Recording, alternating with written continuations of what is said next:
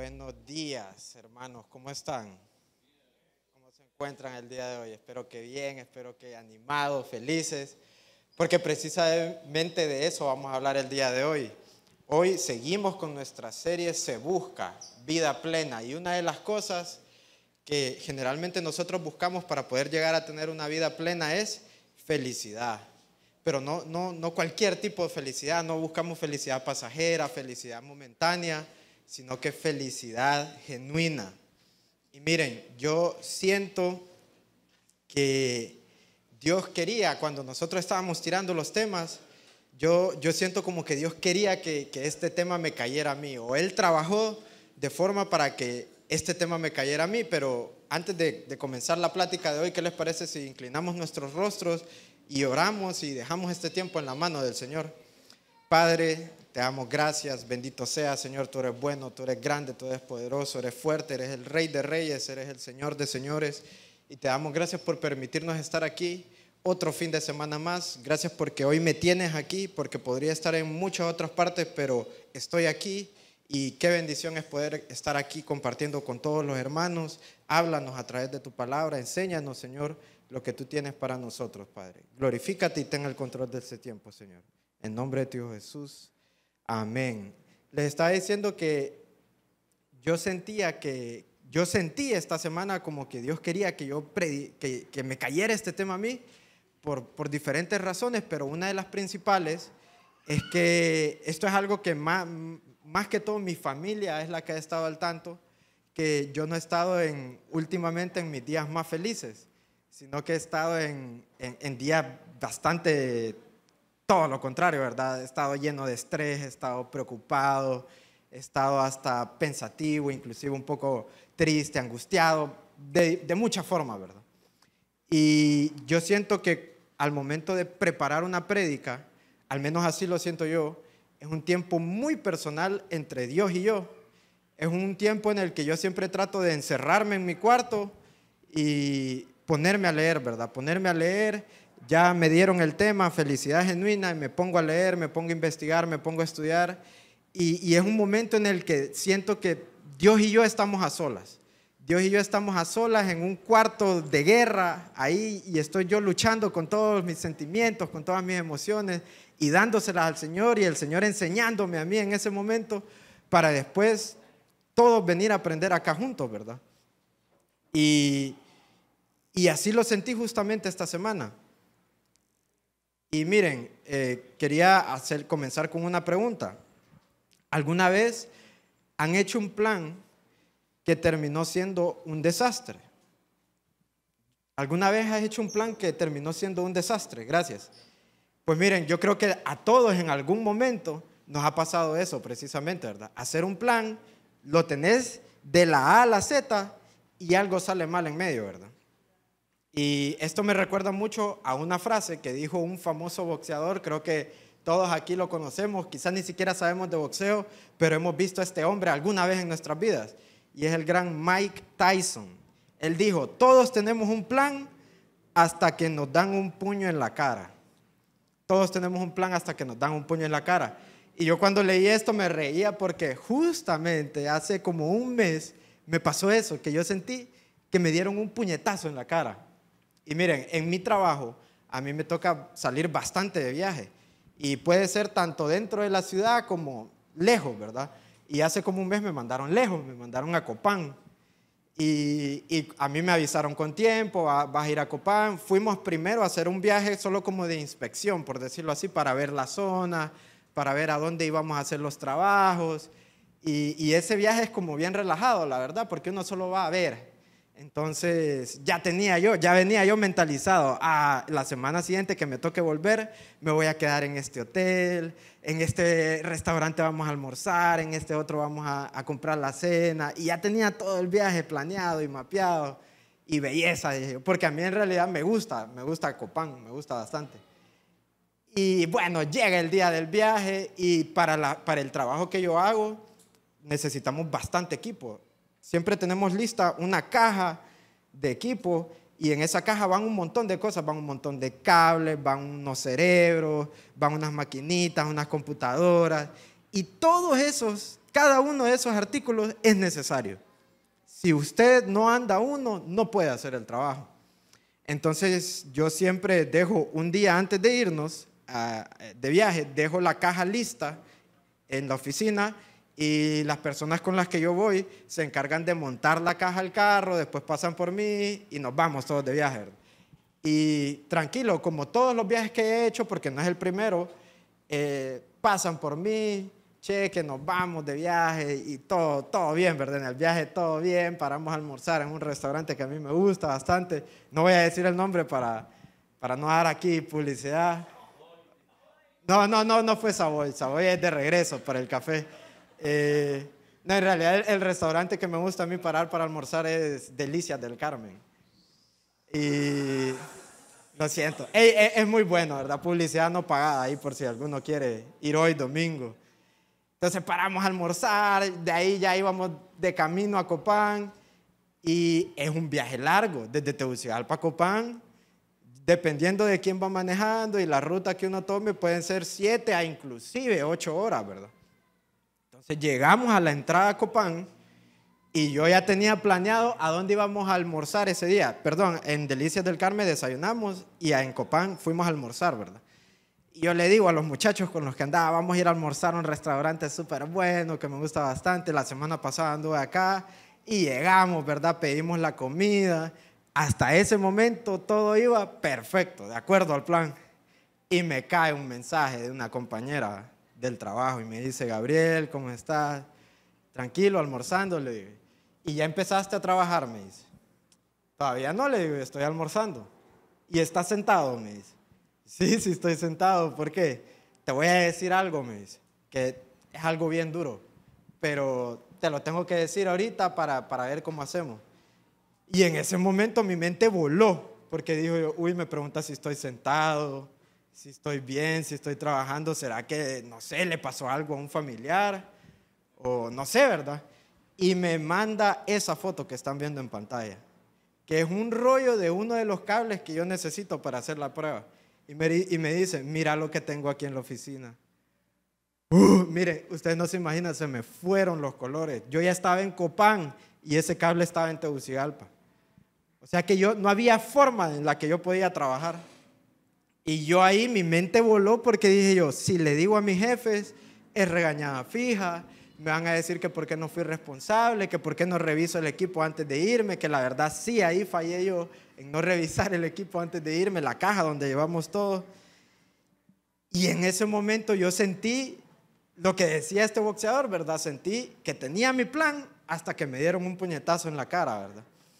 Y miren, yo siempre he pensado que la vida se basa en decisiones. Constantemente nosotros tomamos decisiones que pueden ser pequeñas o pueden ser grandes, pero de una u otra forma alteran el curso de nuestra vida. Constantemente estamos tomando decisiones. Por ejemplo, hoy en la mañana, ¿a qué hora me voy a levantar?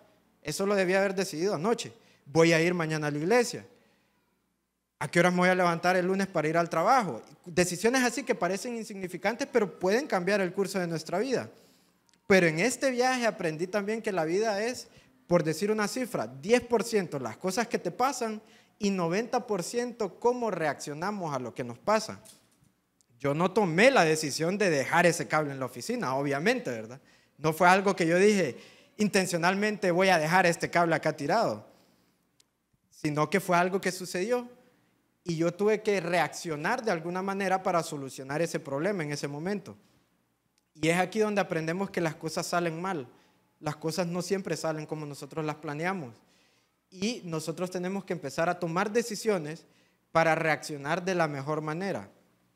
Y en este momento yo me hacía, entra la pregunta, ¿voy a ver solo la superficie del problema? ¿Me voy a enfocar solo en el problema que me está sucediendo?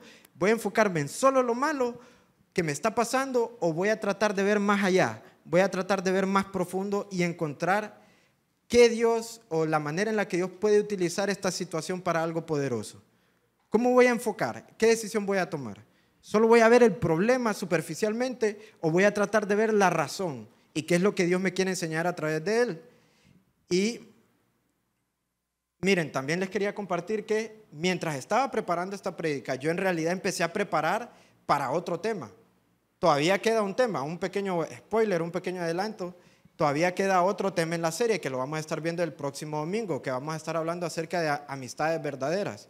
Y yo pensé que me tocaba ese tema y empecé a preparar para ese tema y iba a tocar un punto que siempre me gusta tocarlo, lo he tocado varias veces en el grupo con los chavos, que es el punto de que Jesús es el perfecto ejemplo sobre cómo tenemos que manejar nuestras relaciones. Si ustedes se fijan en la vida de Jesús, él solía juntarse de vez en cuando con prostitutas, cobradores de impuestos, estafadores, gente mala en general. Y Jesús se juntaba con ellos para causar un impacto en sus vidas, para enseñarles. Pero el círculo cercano de Jesús, sus verdaderos amigos, las personas con las que él pasaba día y noche, las personas con las que él aprendía, las personas con las que él, de cierta forma, podemos decir que sufría, era con los 12 discípulos. Era gente que se estaba nutriendo, que estaba con la misma mentalidad de él. Eran sus verdaderos amigos. Y cuando estaba pensando en los 12 discípulos, me di cuenta que hay 2 de ellos que tienen vidas muy interesantes, que tienen vidas muy parecidas también, que tomaron decisiones similares y que inclusive llegaron a cometer el mismo error. Y estos 2 discípulos son Pedro y Judas. Imagínense, vamos a ver un poquito acerca de la vida de ellos, vidas parecidas y fallos idénticos. Ambos fueron seguidores de Cristo. Ambos en su momento decidieron dejar lo que estaban haciendo, decidieron dejar sus trabajos seculares por convertirse en un seguidor de Cristo de tiempo completo. Y por 3 años ellos vieron las cosas increíbles, los milagros que hacía Cristo. Por ejemplo, ambos vieron cómo Jesús logró acumular, o mejor dicho, aquella gran cantidad de personas se acumularon detrás de Jesús para escucharlo predicar, para escucharlo enseñar, y en cierto momento no había cómo darles de comer. Ambos estaban ahí viendo ese milagro y vieron cómo Jesús llamó al niño, sacó los panes, los peces, oró por ellos, los multiplicó y le dio de comer a todas y cada una de las personas ahí presentes hasta la saciedad. Inclusive el pasaje nos dice que sobró comida, sobraron canastas de comida. Ambos vieron ese milagro. Se pueden imaginar qué se decían ellos. Yo a veces me pongo a pensar en qué se sentiría estar cerca de Jesús y ver ese tipo de cosas, ¿verdad? Han de decir, este man está loco, ¿cómo puede hacer este tipo de cosas, ¿verdad? ¿Será real lo que estamos viendo? También ellos vieron cómo una persona ciega se acercó a Jesús, necesitada, y Jesús, escupiendo en un poco de tierra, haciendo un poco de lodo, se lo untó en los ojos, lo mandó a lavárselo y le devolvió la vista. Ambos vieron ese milagro y pueden imaginarse lo que ellos 2 pensaban. Este man es un distinto, está loco, ¿cómo vas a hacer eso? Ambos también estuvieron en aquella boda donde se acabó el vino y Jesús no solo convirtió el agua en vino, sino que el pasaje nos relata que fue el mejor vino que nadie ahí jamás había tomado. O sea, ellos estuvieron presentes en muchos de los milagros de Jesús, juntos, ambos viviendo la misma experiencia.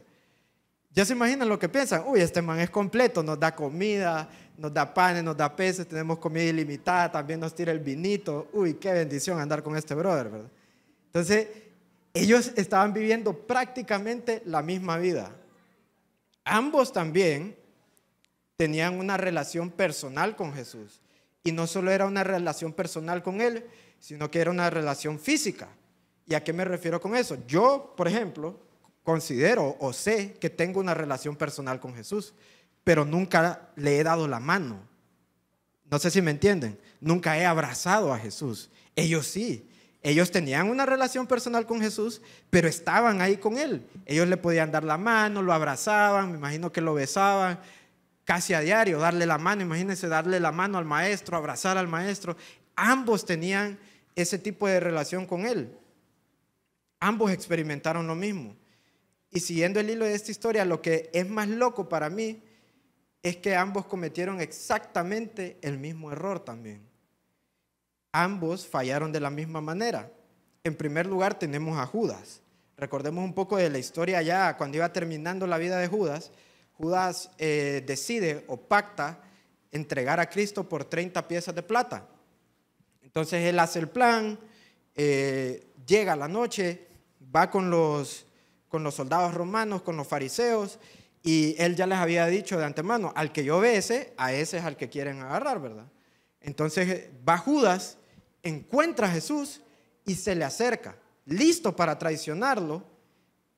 Y miren lo poderoso de este pasaje. Mateo 26:50 nos dice, Jesús dijo, amigo mío. Se habían puesto a pensar en esas dos palabras. Amigo mío, adelante, haz lo que viniste a hacer. Qué salvaje pensar que las últimas palabras que escuchó Judas por parte de Jesús fueron amigo mío, amigo mío. Jesús ya sabía, no es que Jesús estaba ahí como, uy, sorpresa, me traicionaste. Jesús ya sabía a lo que venía Judas. Jesús ya sabía que Judas venía a traicionarlo y aún así lo miró a la cara y le dijo, amigo mío. Entonces, qué salvaje, y quiero que te sirva esto de ánimo, porque aún en tu momento más bajo, cuando vos sientas que estás en tu momento más oscuro, en tu momento más bajo, en tu momento más vulnerable, en tu momento en el que pensás, este fallo no me lo perdona nadie, ¿cómo voy a darle la cara al Señor después de esto que hice? Judas vendió a Jesús literalmente por 30 piezas de plata y aún así Jesús lo miró a la cara y le dijo, amigo mío. Entonces esto nos queda de enseñanza para saber que aún en tu momento más bajo hay un Dios que está dispuesto a verte a la cara y decirte, amigo mío, amiga mía. ¿Ok? ¿No les parece eso una razón para estar felices? Para poder regocijarme en medio de mi sufrimiento, en medio de mi dolor. El hecho de saber que Dios está ahí dispuesto a verme a la cara. Porque a veces es difícil, cuando uno siente vergüenza, uno esconde la cara, uno esconde su ser, pero Jesús no. Jesús está dispuesto a buscarte y encararte y decirte, amigo mío. Qué poderoso, ¿verdad? Y ahora vamos con la vida del otro discípulo, de Pedro. Jesús le dice a Pedro, mira, antes de que cante el gallo 3 veces, antes de que cante el gallo me vas a traicionar 3 veces. ¿Y cuál fue la reacción de Pedro? A mí me da, no sé, me divierte un poco, podría decir, ver cómo era Pedro, porque hasta cierto punto me puedo identificar con él. Porque Pedro, si ustedes se fijan, era bien impulsivo. Y por lo menos yo siento que a veces así soy, o así era, ¿verdad? Trato de madurar constantemente. Pero Pedro era un toro y Pedro le dice, nambe, ¿cómo que te voy a traicionar? Y es que no me conoces a mí. Y Jesús, o sea, a Jesús le dice, claro que te conozco, Pedro, o sea, yo sé todo lo que hay que saber de vos, Pedro. Y por eso te digo que me vas a traicionar antes de que el gallo cante 3 veces. Y Pedro estaba negado, estaba cerrado. Yo soy real hasta la muerte. Aquí voy a estar firme. Yo no me voy a arrugar y yo no te voy a traicionar. Y lo impresionante es que el pasaje nos dice, o nos da a entender que una niña al inicio fue la que hizo que Pedro traicionara a Jesús. Se le acercó una niña y le dijo, vos andabas con el Nazareno. Pero no, yo no andaba con él. Y se movió, se fue del lugar. De ahí se le acercó otra niña y le dijo, vos andabas con el Nazareno. No, yo no andaba con ese man, me estás confundiendo. Y se volvió a mover y la última vez se le acercó un grupo de personas y le dijeron, vos andabas con el Nazareno. ¿Sabes por qué? Porque hasta la forma de hablar te identifica, tu forma de hablar te delata. Y nos dice el pasaje que Pedro inclusive comenzó a maldecir para que no lo pudieran identificar. Imagínense qué fuerte, ¿verdad? Hasta qué punto de temor, de nerviosismo llegó Pedro de comenzar a maldecir, a saber qué fue lo que Pedro empezó a decir en este momento, para despistar a las personas que lo estaban acusando, ¿verdad? Y si ustedes se fijan, al final cometieron el mismo error. Judas traicionó a Cristo por dinero y Pedro traicionó a Cristo por temor, por miedo, pero al final ambos fallaron. Pero su reacción al haber fallado fue diferente. Si alguien se siente mal aquí porque ha fallado, porque ha cometido un error, ha fallado contra su familia, ha fallado contra algún hermano de la iglesia, ha fallado contra un amigo, ha fallado contra su pareja, quiero que sepas que tus fallos no son finales. A veces nosotros pensamos que mi fallo es tan grande que hasta aquí llegué. Mi fallo nadie me lo va a poder perdonar. Ni siquiera puedo hablar de esto con alguien más porque es terrible lo que hice. Tus fallos no son finales, son formativos. Son parte de nuestro proceso de crecer y aprender y acercarnos más a Cristo. ¿Cómo nosotros vamos a aprender si nunca nos equivocamos? Y con esto no quiero decir de vamos a fallar todos, ¿verdad? Vamos a cometer errores a propósito, eso ya es diferente. Pero en el momento en el que yo fallo, yo cometo un error, no tengo que echarme a morir, porque ese fallo solo es formativo, no es definitivo. Nuestros fallos no son finales, son formativos. Pero cuando nosotros fallamos, recuerdan que al inicio estaba hablando de las decisiones, tenemos una decisión que tomar. ¿Cómo voy a reaccionar yo ante ese fallo? ¿Cómo voy a reaccionar yo ante el fracaso que acabo de tener? Judas y Pedro reaccionaron de manera diferente. Por eso les digo, les decía al inicio, llevaban vidas muy similares, pero tuvieron una decisión diferente al final que impactó sus vidas para siempre. Judas, por un lado, decidió aislarse de la comunión. Judas decidió irse. Judas dijo, no puedo creer lo que acabo de hacer, no merezco nada, me voy. Nadie me vuelve a ver la pista, me alejo de todo el mundo. Y se aisló de la comunión. Pedro, por otro lado, decidió volver con los discípulos. Inclusive la Biblia nos dice que decidió volver a pescar con ellos. Mantuvo la comunión con los discípulos. Y aquí es donde aprendemos que el aislamiento intensifica el dolor. Obviamente, después de cometer un fallo, después de cometer un fracaso, nosotros vamos a tener dolor en nuestras vidas. Es difícil regocijarse en medio del fracaso, en medio del fallo. Es difícil estar feliz en medio de esas situaciones. Pero el aislamiento solo va a intensificar mi dolor. Pero la comunión lo va a curar. Miren el contraste entre estas dos personas. La decisión de Judas al final, después de su aislamiento, fue darle una solución permanente a un problema temporal. Judas se suicidó. Judas no miró salida para su problema. Por otro lado, Pedro decidió sanar ese dolor en comunión con los hermanos, con los hermanos en Cristo y con Cristo. Y la diferencia es que su vida cambió tanto al punto de convertirse en prácticamente el líder de la nueva iglesia del Nuevo Testamento. Él fue uno de los pilares de esta iglesia. Él entendió que su fracaso no era una persona, era una etapa. Él entendió que él no era un fracasado, solo fue una persona que estaba pasando por una etapa de fallo. Y no se estancó en esa etapa, no decidió aislarse por su fallo, no decidió aislarse de la iglesia, de la comunión de sus hermanos. Él reconoció su fallo y tomó la decisión de ser mejor. Él tomó la decisión de voy a mejorar, yo sé que fallé, yo sé que planché, pero este fallo no va a definir mi vida. Yo no voy a morir como un fracasado, porque el fracaso no es una persona, yo no soy una persona fracasada. Y decidió dejarse usar por Dios al punto que Dios, a través de Pedro, nos dijo en 1 de Pedro 5:7, pongan todas sus preocupaciones y ansiedades en las manos de Dios, porque Él cuida de ustedes. Dios está cuidando de nosotros. Imagínense este pasaje, pongan todas sus preocupaciones y ansiedades en las manos de Dios, porque Él cuida de ustedes. No es una razón esta para estar felices. El hecho de saber que Dios cuida de mí, que Dios está cuidando de vos, Dios está cuidando de cada uno de nosotros. No es una razón para estar felices el hecho de saber de que en medio de todas mis dificultades, en medio de todos mis problemas, en medio de todos mis fracasos, Dios me está cuidando. Y Dios me está cuidando porque Él me ama, porque Él se preocupa por mí. Y en medio de todo este relato que acabamos de ver de la vida de Judas y Pedro, está la clave de la felicidad. Está la clave de una felicidad genuina. Recordemos que el tema de hoy es en busca de la felicidad genuina. Y no sé si algunos de ustedes lo pudieron intuir ya, pero la clave de la felicidad es qué tan dispuesto estoy en buscar a Dios cuando las cosas no van bien.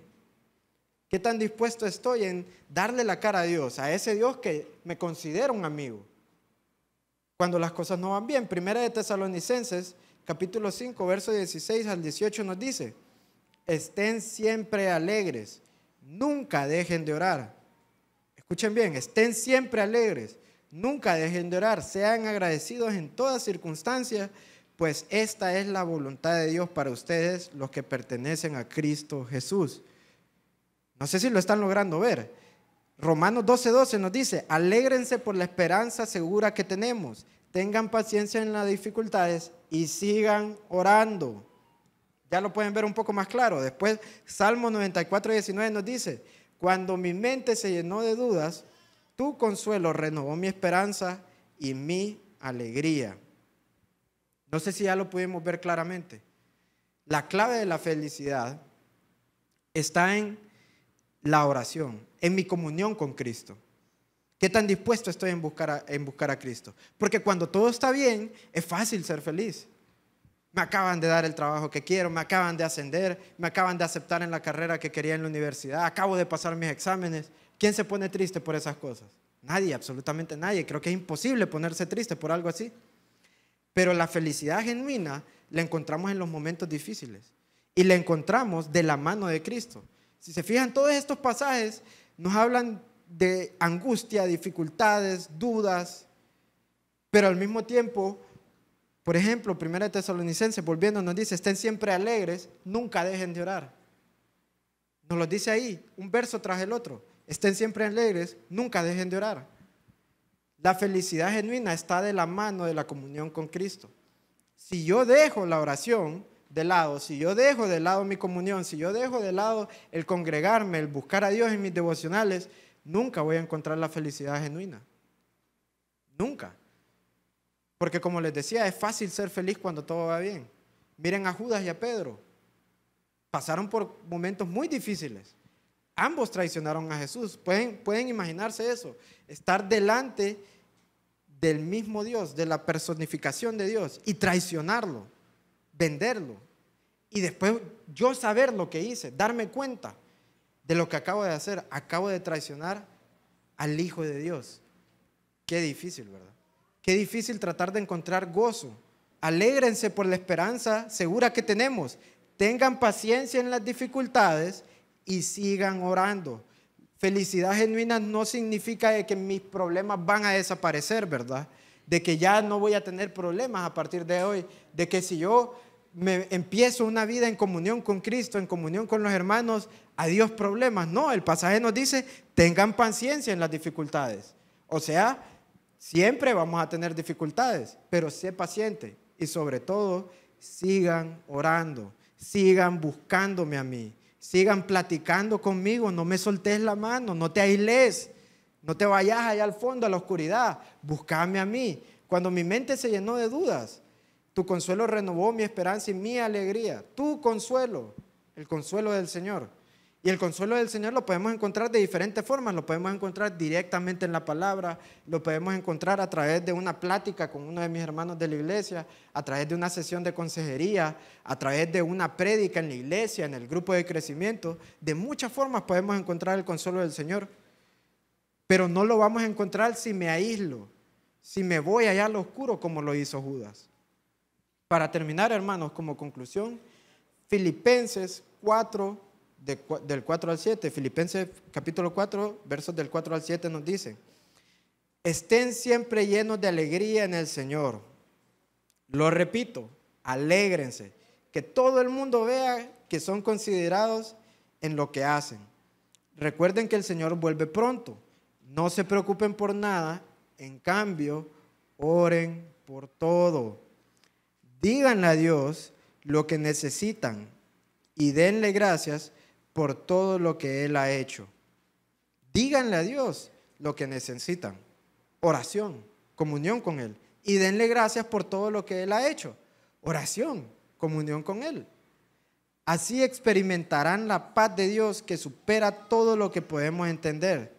La paz de Dios cuidará su corazón y su mente mientras vivan en Cristo Jesús. Miren qué poderoso. La paz de Dios va a cuidar nuestro corazón y va a cuidar nuestra mente. Nuestra mente. Judas no tuvo ese cuidado. Y miren cómo terminó su vida. Y miren, nadie está exento de caer en una situación así. De cometer un fallo, de estar en una situación tan difícil y pensar: ya mi vida no tiene solución. Ya no hay nada que yo pueda hacer. Entonces mejor que termino con mi sufrimiento acá. Pero la paz de Dios es la que puede cuidar nuestro corazón y nuestra mente. Dios nos puede cuidar en todos los aspectos. La felicidad genuina se encuentra en esos momentos difíciles y se encuentra agarrados de las manos del Señor. No lo olvidemos. ¿Qué les parece si nos ponemos de pie y nos preparamos después para cantarle todos juntos al Señor y cantarle a Él y decirle que Él es nuestra roca, que en los momentos difíciles Él es mi roca y en Él puedo descansar. Padre, gracias por este tiempo, Señor. Gracias por hacernos saber, por recordarnos que la verdadera felicidad solo la vamos a encontrar en ti, Padre. Que momentos difíciles, momentos de dificultad siempre van a estar, siempre los vamos a encontrar, pero la diferencia es que nosotros te tenemos a ti, Padre. La diferencia es que nosotros te tenemos a ti de nuestro lado y queremos buscarte, no queremos soltarte la mano. Qué bendición es poder saber que tú nos ves a las caras y nos dices, amigo mío. Y por eso, Señor, te queremos cantar en este día.